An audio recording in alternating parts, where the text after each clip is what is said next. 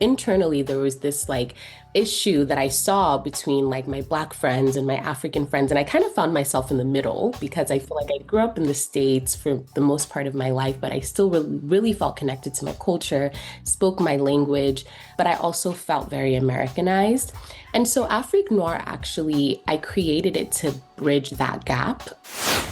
Hello and welcome to Shades and Layers. I'm your host, Kutwanos Kosanarichi. Today, my guest is Isha Gaye, founder and CEO of a recently launched publication called Afrique Noire magazine. Yes, it is a print magazine with a mission to drive a different conversation about the African continent and celebrate its creativity. It's a celebration of designers, artists, and visionaries who are reshaping the narrative about the African continent. Isha and her team have centered issues like sustainability, inclusion, human rights, and respect for traditional arts and craft. Afrique Noire magazine is available in digital format, but I was curious about launching a print magazine in the age of digital. So I had to sit down with Isha and get a look behind the scenes and also find out more about the person behind this project. Here is Isha's story. My name is Isha Gaye. I am the founder of Afrique Noire magazine. Afrique Noire came into, I guess, fruition about 2 years ago, but it was always something that I had grappled with. I didn't really know exactly what I wanted to create, but I knew that I wanted to create something. I did not anticipate that it would be a magazine. Okay. I honestly don't, for the longest time, I didn't really consider myself a creative person. Oh, I'm okay. somebody that very much, I was into my books. I was, studying economics in uni. I wanted to go to law school. So I was never really introduced to, I don't even know how to draw the sun, for example. So I was never really introduced to anything creative. I didn't draw when I was younger. My father was very into your books, just read. So that was something that I did. But I did realize, like, through reading a lot, I did have a very active imagination. I would say Right. that. Okay. So I always had all of these ideas about what I wanted to do. I knew I wanted to work in the African space, but in my mind, I kind of created this trajectory of I would go to law school, I would work in international human rights law. Like that was what I thought I You're wanted to do. right. Yeah. And when I graduated university, it was during the pandemic. So I was a 2020 grad. So I didn't Right. get a Wow. graduation. Yes, it was Interesting. very Yeah. Yeah. What interesting. a strange time. Yeah. Yes, very strange. But I think like most people, it was a time of introspection. Mm. So I was able to move back home. And during that time, nothing was going on, right? Like the job offer that I had was rescinded. I kind of felt lost. So was studying, I had studied for the LSAT. I took the LSAT and I just didn't know what to do.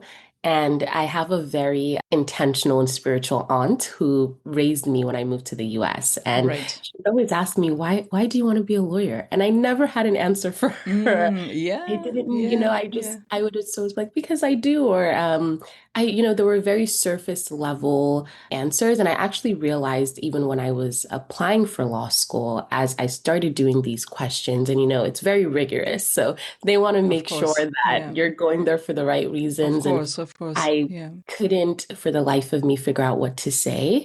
And so I was like, okay, maybe I just need to be honest with myself and just, take a gap year and see what it is that I want to do. And during that gap year, I realized that I didn't want to go to law school. So you can imagine it was a Yay, very, yeah, Auntie. yeah, I know she was very, very happy about that. She was like, I knew you didn't want to go, but it just seemed, it seemed like the path that I But it's think the was traditional path that you take as an immigrant, for yes, example. Yeah. exactly. And I think it was either doctor, lawyer, engineer. Absolutely. Yeah. So I think that's just where I found myself. And during that time, I was, doing a lot of reading, a lot of exploring just Africa, the diaspora, really reading literature that I felt was just really fascinating. And I think growing up in the US, something that I realized was this gap between people in the diaspora and people back home.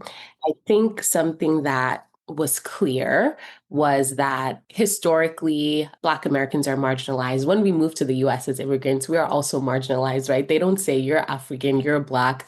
It's we're all lumped into the same category. But internally, there was this like issue that I saw between like my Black friends and my African friends. And I kind of found myself in the middle because I feel like Mm, I grew up in the States for the most part of my life, but I still really felt connected to my culture, spoke my language, but I also felt very Americanized.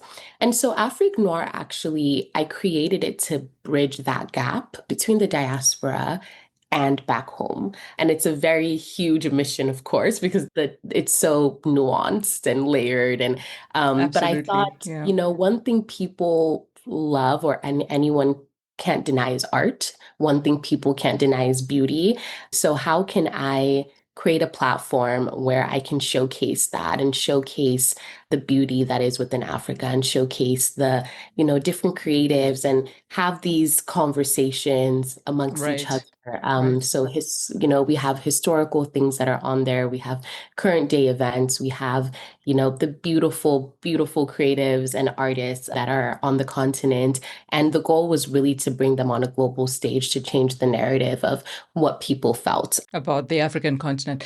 This Exactly. is you translating Africa to the American side. So, how are you fostering the echo from this Yeah. side to the other side? Yeah, I mean, in the beginning, I was very intentional. So I knew who my audience was, and my audience was the diaspora to begin. So I guess it was twofold. The art was coming from Africa, and the creatives were coming from Africa, but the audience was the Right. diaspora. So that's how I began.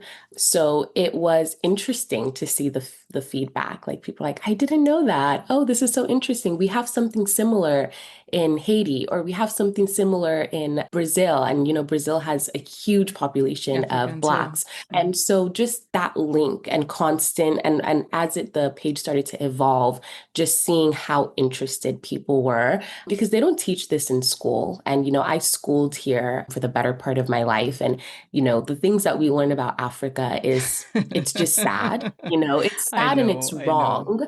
Yeah. You know, so it's just it makes me, I think I have empathy for the lack of understanding, and there's no anger there. I think sometimes, you know, people get angry. Well, why do they view us this way? Well, this is what we were No, taught. And absolutely. if Yeah. you're taught, Yeah, I have so if school-going you're taught a children in certain the way, American system, and I have to drum into them African capitals, which is the start of this exactly. country. And I love that you're doing that.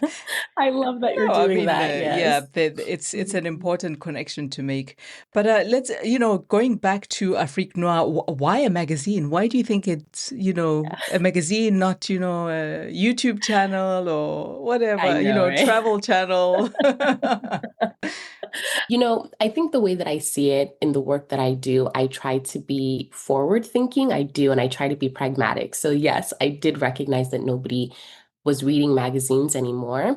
But I'm chronically online, unfortunately. So I feel like I also saw this wave of people who wanted tangible things, who wanted to connect with art in a different way than how we connect with it now on the screen. So even if everybody wasn't my target audience, there was the audience there that wanted to feel what they were reading. You know, like Sure. the people that still read hardcover books, right? Like I still read books. Guilty. I have my Kindle. Exactly, you know.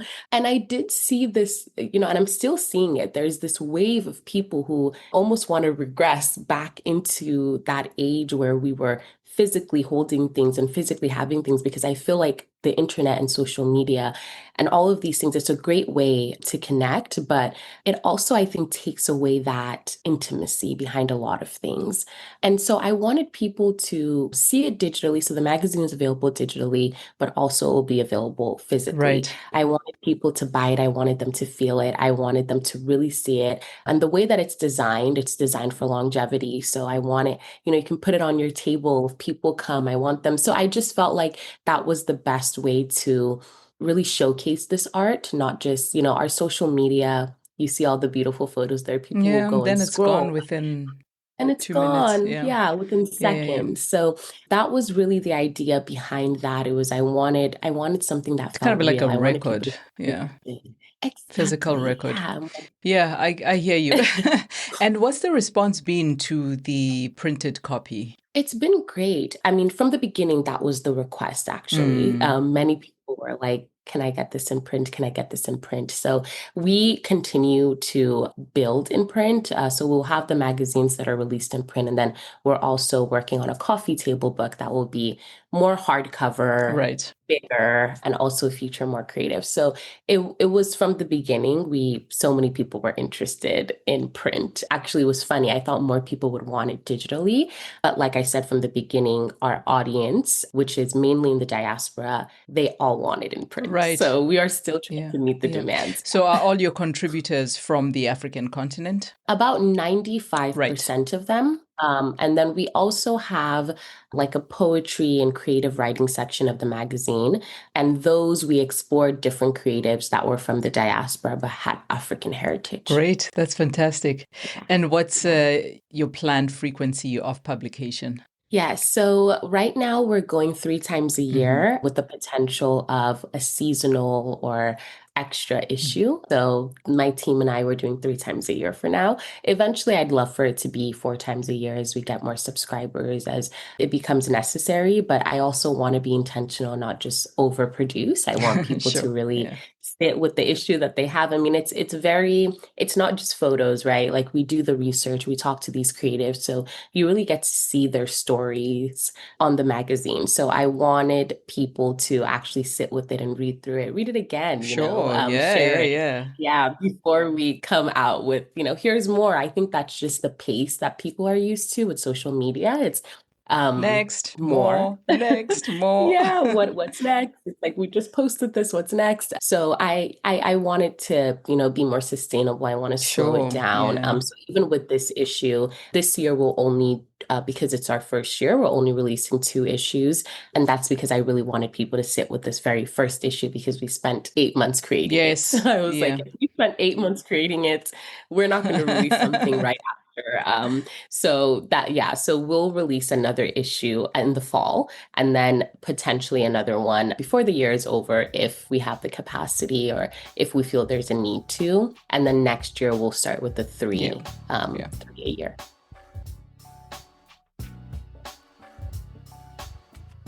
Hey, it's Shades and Layers, and I'm talking to the founder of a new print publication called Afrique Noire, Isha Gaye. She is originally from the Gambia and is now on a mission to connect the diaspora to the African continent through storytelling and sharing African creativity. Up next, we get into the nitty-gritty of how the magazine was created, financed, and various aspects that have resulted in something beautiful enough to want to keep and to share. So let's get behind the scenes. You come up with this idea for a magazine. What does your research process look like? Your outreach? How did you go about creating it? Totally. I mean, when I first started, I knew that I needed a platform first prior to launching the magazine. So the goal was always to have a magazine, but I created the social media page first. And that was my way of reaching out to creatives on the continent. So in the beginning, I was just like sending out, DMs. Like, I really like the work that you're doing. Is it okay if I post it on my page? Would you like to sit down for an interview? Can I learn more about the work that you're doing? And so it started like that. So gradually, went from 5, 10, 15. And then people started reaching out to me. And I think that's when I realized, okay, I think I need some help. Yeah, yeah. So I mean, and I think also because I'm here in the US, I've been here for a very long time. I wanted to be very intentional about making sure that there was still that representation and that voice from people that were living actively in the continent. So I didn't want it just to be my ideas and the way that I saw things. So from the beginning, I knew that I would create a team. I just didn't know how or when. But thankfully, honestly, and this is why I say I'm very spiritual and I really believe in things aligning. As I started to do this work, people would reach out to me. I really like the work that you're doing. Like, do you need support? Or I'm a creative director, or, I handle social media. And just from there, my team kind It of just just grew it was, yeah, it organically. just grew. Mm-hmm, So mm-hmm. I wasn't even necessarily like looking or doing posts, trying to find people. It was just my work resonated with people. We met, we clicked, and I was like, okay, like, yeah, come on board. Fantastic. Yeah, that's great. And traditionally, these things take money to make. So, what about the funding part? How did you go about raising funds or bootstrapping? Yes, so I definitely raised funds in the beginning. I have a team of grant writers who do a lot of grant writing for the creatives that we work with. So essentially, we have something called the Creative Fund, and this is the fund that we use to help creatives create projects. So if they want to do a photo shoot, we'll help fund that photo shoot. If they, have a creative endeavor that they're looking to pursue and it aligns with what we're looking for and we have the budget for it, Mm, wheel them. So that's the creative fund. But with grants, it's very, it's very specific. So for everything else outside of grants, I actually just self-funded. right. Yeah. Okay. Yes, Yeah. gotta have skin in the game, man. Yes, I have a lot of skin in the game. I'm like, listen, I have a lot of skin in the game. So, but I think something that I'm happy about is I'm just surrounded with people who are very much like, you're young, like this is the time, make mistakes, go Absolutely. all I in. think that So is the right attitude. Yeah. yeah, so I've gone all in, Hmm. definitely. I manage this. I work full time still, so it really feels like I have two jobs, but it Mm. doesn't feel a lot like work because I really just love the work that I'm doing with Noir. But yeah, I'm all in. Yeah. I'm so at That's this point, I'm great. like, I have no choice. I'm here. Mm. So What's your yeah. other full-time job? So I'm a communication strategist, Hmm. and I work for a nonprofit. Okay, Yeah, fantastic. yeah. So you've got these grants going for the creatives that you work with. Any ambitions to do, commercials or, what's the plan there? I definitely think so in the future. We are working on a different endeavor right now that's taking up a lot of my time. So my team is the one that's kind of communicating with the creatives, kind of holding that creative section of it. We are launching Afrique Noire Edits in about 3 months. And this is, Busy. yeah, so very busy. And this will be our e-commerce leg of the company that allows creatives, brands to actually sell their products, their art, their fashion on our Right. e-commerce Hmm. site. So really taking it further in terms of connection and actually monetizing it for the creatives. So that is one of the things that we're working on right now that has been taking up a lot of my time. Right. So, I mean, how do you position yourself differently, or what makes you different from other publications? Yeah, absolutely. I think for us, we're just very intentional about storytelling. So it's more than just having pretty photos. There's always more to the story. And I think connection really happens when people know people, people connect with people more than they'll Hmm. connect with the product or even a piece of art. So what we try to do as often as we can, and this is something that I'm very intentional about because that's how I started and I didn't want the momentum or the growth to change the core values of why I started this publication to begin with.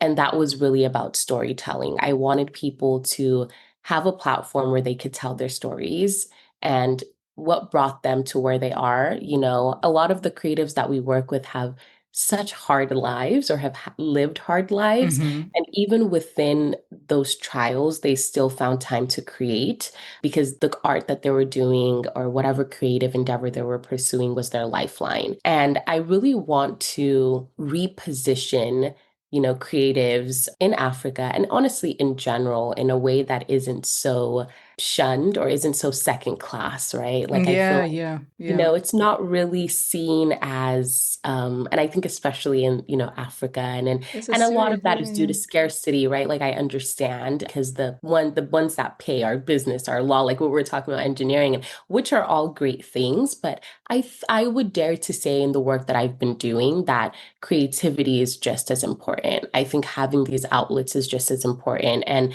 I always think about the things that really move me and the things that make me want to be a better person or want to change the world. All of these things are really like art. They're creative things, they're music, Hmm. they're Hmm. and I think in telling the stories of the creatives that we work with, I hope to really showcase a different side of what it means to be a creative, because it's also a lot of hard work, Yeah, right? it's a Not serious just, pursuit. Yeah. yeah, it's very serious. So I guess I'm trying to bring that seriousness back into it and really, and the African creative economy is flourishing, right? And Absolutely. Yeah. it's booming and it's going to continue to boom. And I think it's estimated to be a multi-billion-dollar industry within the next couple of years. And I think it's important to have a platform that continues to just show the different creatives that exist and the work that they're doing and why they're doing the work that they're doing, in hopes that for them too, they continue that pursuit. I think the feedback that we've gotten from creatives, your post really helped me gain followers and people were buying my work, and it's helped me continue to, pursue my craft and my art. So Sure. yeah, I just want people to know that if this is your calling, if this is what you feel called to do, continue to do it, and we're here to support you. Yeah. So it's a multi-pronged mission that you're pursuing. And I saw that you also have inclusion, sustainability. Can you expand a little bit on those themes and how they are reflected in the publication? Absolutely. Sustainability is huge for me, one, and it's also all of the creatives that I've worked with. It's never something I've had to say. I've never been like, you have to be sustainable. Most of the creatives that we work with are sustainable creatives, right? Even a lot of the fashion designers that we featured and are now coming on our Afrique Noire Edit platform, they're rooted in sustainability, because sustainability in Africa is almost a way of life in a lot of the creative pursuits that we see. Absolutely. So, we interviewed a lady, I remember, who all of the fashion that she created it's recycled. The intentionality behind the work that she does, it's hours of actually hand making clothes, it's not fast fashion. It's very intentional creation, and she's so mindful about the way that she creates the materials that she uses. So most of the creatives, honestly, all of the creatives that we work with are rooted in sustainability, whether they know it or not. And inclusivity, that was more so a mission that I put out, because I also recognize that not everyone is on the same playing field wherever you are.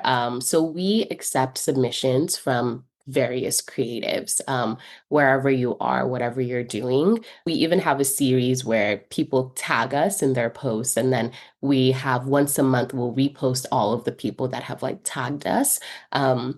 And they're not necessarily working with us directly, or maybe we weren't able to feature them, but we want to highlight them and we want to make it easy for them to be highlighted. So we don't charge a fee to be a part of the publication. We don't charge a fee. I think a lot of pages will charge you a dollar amount to be publicized, but we want to make it inclusive and we want to make it accessible. So that was always, how I thought about it. And of course, being profitable, it's also, it's we need to be profitable. And I think a Sure. lot of Yeah. times in my ear, people are like, you need to charge, you need to charge.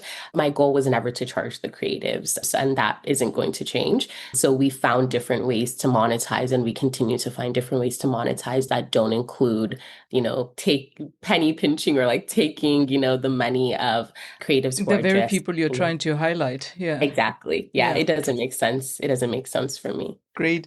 So, what magazines did you used to read when you were a young girl? Yeah. And which ones did you return to for inspiration?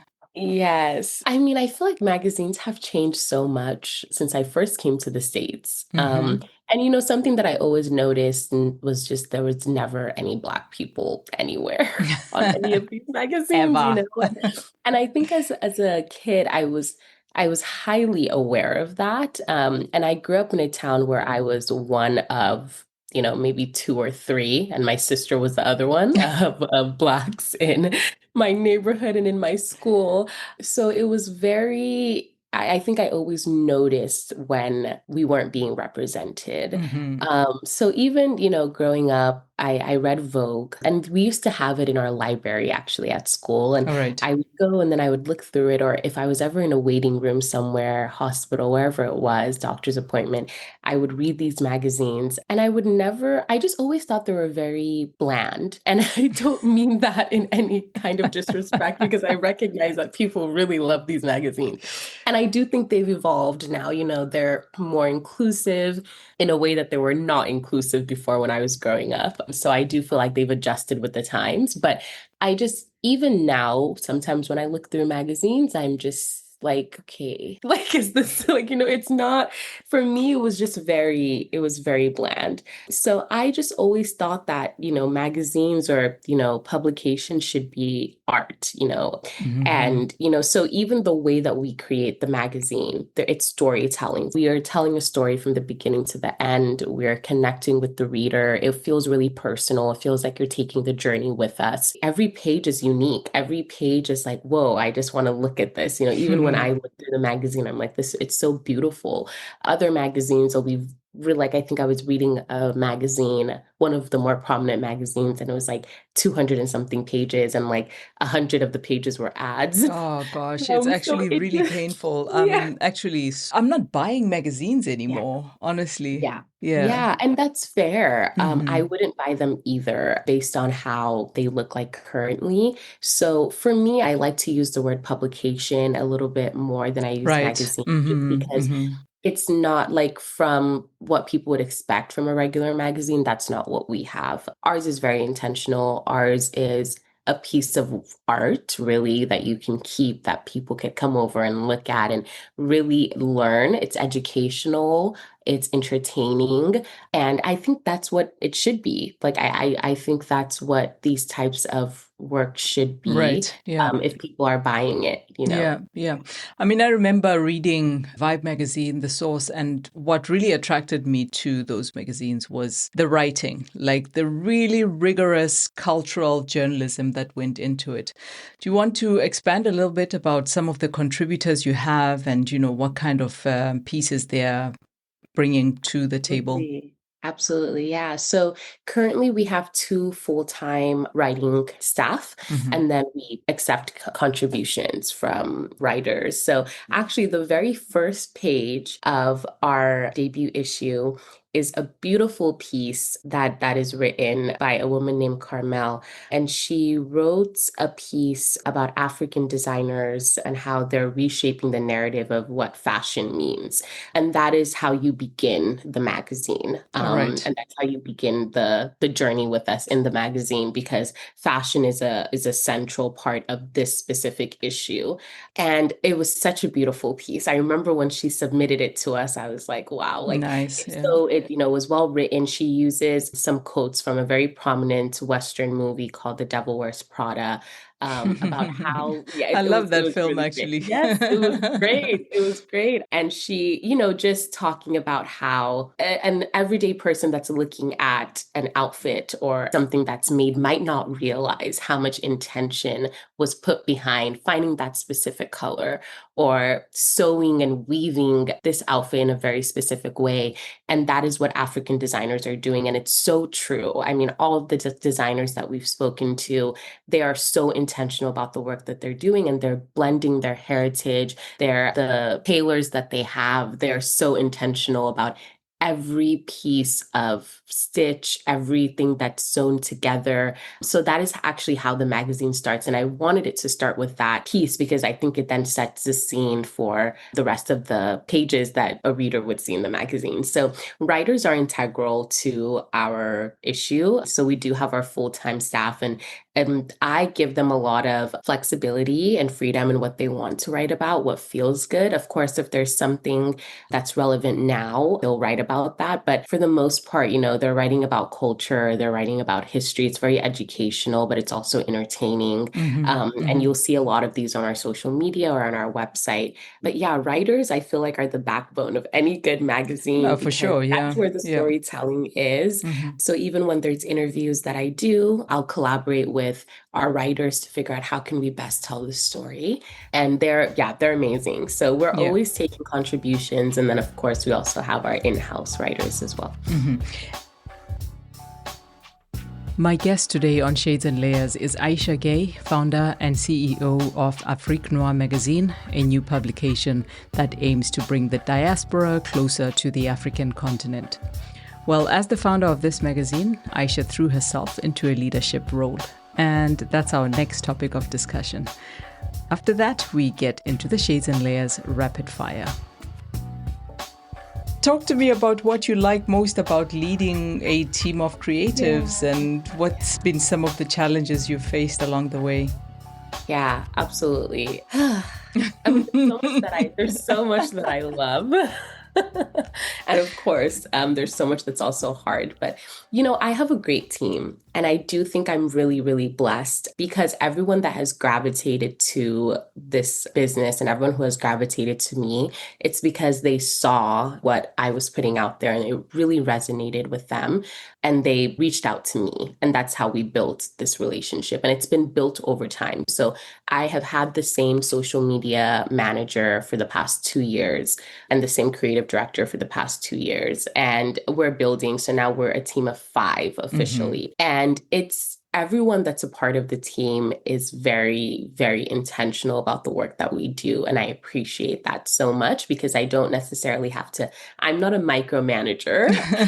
So I hate to micromanage because I hate being micromanaged. Like I said, I'm still working. So Sure. it's so funny because I feel like I have a great boss. And oftentimes I find myself taking my boss's, the way that she treats me. And then that just echoes into the way that I treat, my team and the conversations that we have and how our meetings are led. But it's great, honestly. It's hard to juggle both, but I think because I've never been a boss before, I kind of just threw myself into this. It's great to, work with somebody who I can emulate in my own business. I would say I'm extremely blessed with my team. And I honestly haven't had too many instances where I was like, oh my gosh, this is hard. I mean, sometimes it's like payroll and I'm like, okay, I'm still, funneling this by myself. So, but they're also just so understanding of where we're at as a business. And they know that as we continue to grow, they'll grow within the business as well. And salaries will go up as always. But yeah, they're very, very understanding. And I really feel blessed to be surrounded by them because honestly, I would not be able to do this without them. Absolutely. No way. It is. Even just from what you see on social media, that is my social media team. And they're very intentional about who they source and the work that they do. And that allows me to also just step back and think about bigger picture endeavors for the business. Yeah.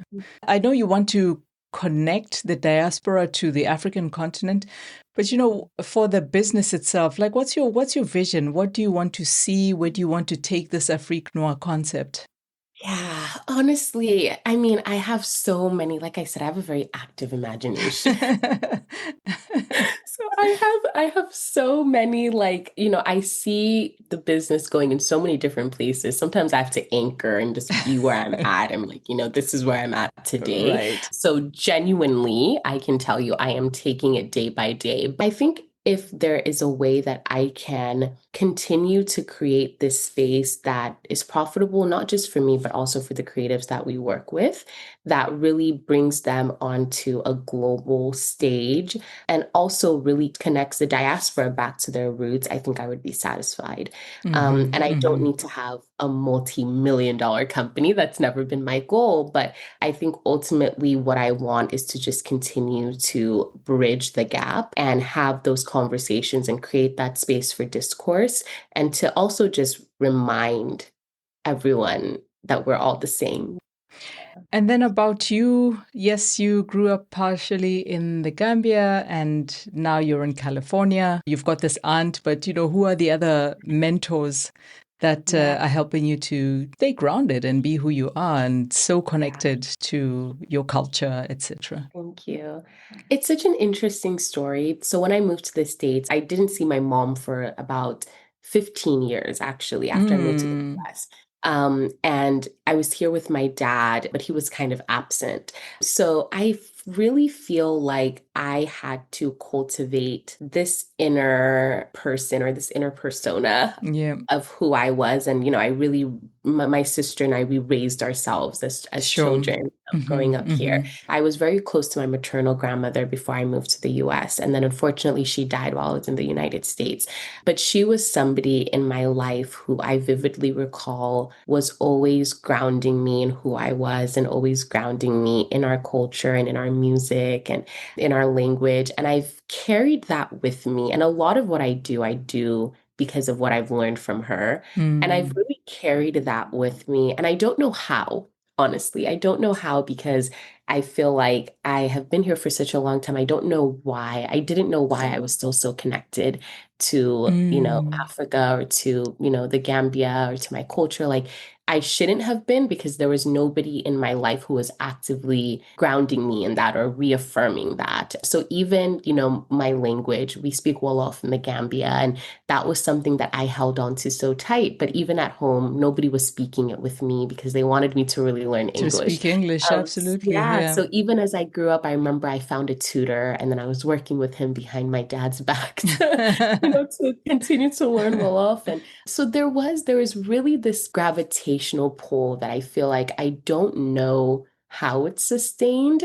I don't know where I guess it really came from, but I've always felt like I needed to do this kind of work. And I've always found ways, I think, to, even when I was going to be a lawyer, I knew I would want to work in the international space and specifically in Africa. So I always knew that this is the space that I wanted to be in. And I honestly cannot tell you how or why, because there was really nobody after I moved to the US that was reaffirming that for me. It was just me. So I genuinely, every time somebody asks me that question, I don't know how to respond because I genuinely don't know what it is that keeps me so connected or that has pushed me on this path, but the divine. So I just feel, yeah, I Sure. just feel like it's where I was meant to be. What is a piece of advice that was given to you and you continue to live by?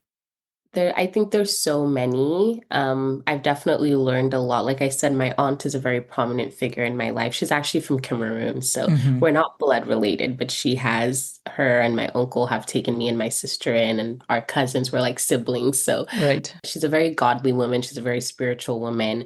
And I think she's just always taught me the importance of listening to my inner voice and the truth of who I am.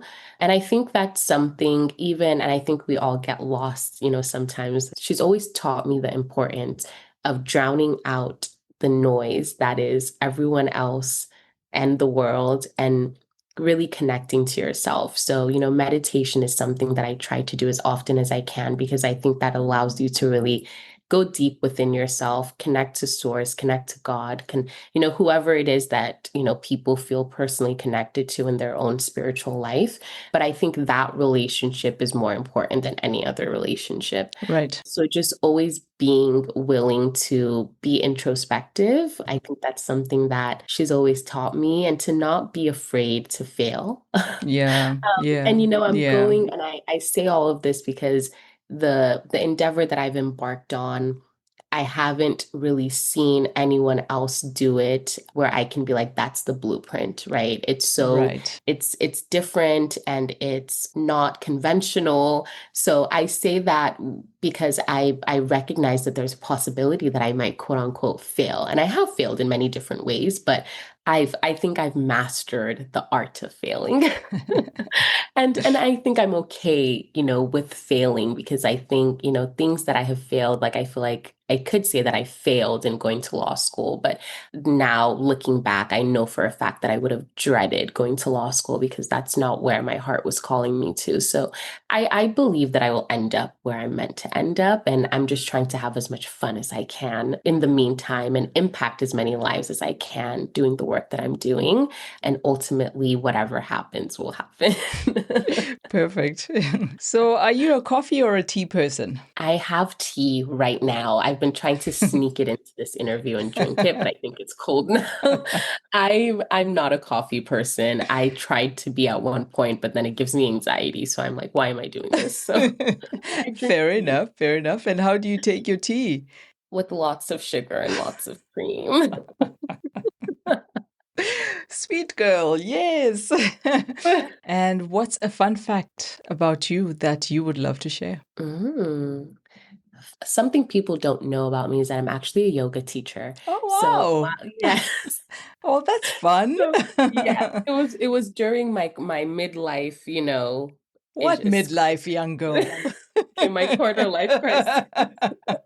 Okay, you're correct. My quarter life crisis. I was about 24. Okay, with 23, 24. Okay, yes. My quarter life crisis. I was telling my aunt, I was like, I don't know what I want to do in my life, but I really loved yoga at the time. So, Mhm. and I was really into mindfulness in that time period. Like I was trying to meditate, move my body, be intentional about it. So I became a yoga teacher. Oh, that's great. Yeah, That's so I great. still teach from here You and still there, but teach. Oh, okay, that's fun. That's great. yeah. Nice, nice. And which famous Black woman, living or dead, would you invite to dinner tonight? This is so hard. It's really hard. You can only choose one, by the Tonight, way. I know. Tonight, only because I have been obsessed with her lately, I would invite Emma Greed. Ah, yeah. And yes, so she's the founder of Skims and Good Hmm. American, and she's Hmm. just like a really great businesswoman. I love her story, and I love, she just seems like such a friendly and fun person that I could probably talk business with. So Mm, yeah. tonight, because of where I am currently, I would invite Emma. Yeah. Fantastic. Great.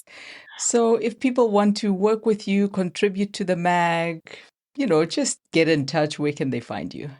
Yeah. So I try not to tell people to find me because I get so many DMs and I feel so bad sometimes because I can't, look at them and respond to them all. So we have a form on our website for creatives and you can submit your form there. We are updating our website. So soon, if you want to write for us, if you want to work with us, collaborate with us, all of that will be on the website. But for now, if people are listening to this very soon, they can send us an email at Afrique Noire magazine@gmail.com with their request or their proposal. And the team will usually look at it, filter through it, and whatever is meant to come to me will come to my inbox and Sure. I'll respond from there. But we can always be reached via email and we're pretty good about responding to emails. That is all from me this time around. Thank you, Aisha, for sharing your own personal journey to entrepreneurship and the story of Afrique Noire. Thanks to all of you listeners for joining in this conversation. If you like this episode, please spread the love and share it with a friend. I'm Kutlwana Skosana Richie, and until next time, please do take good care.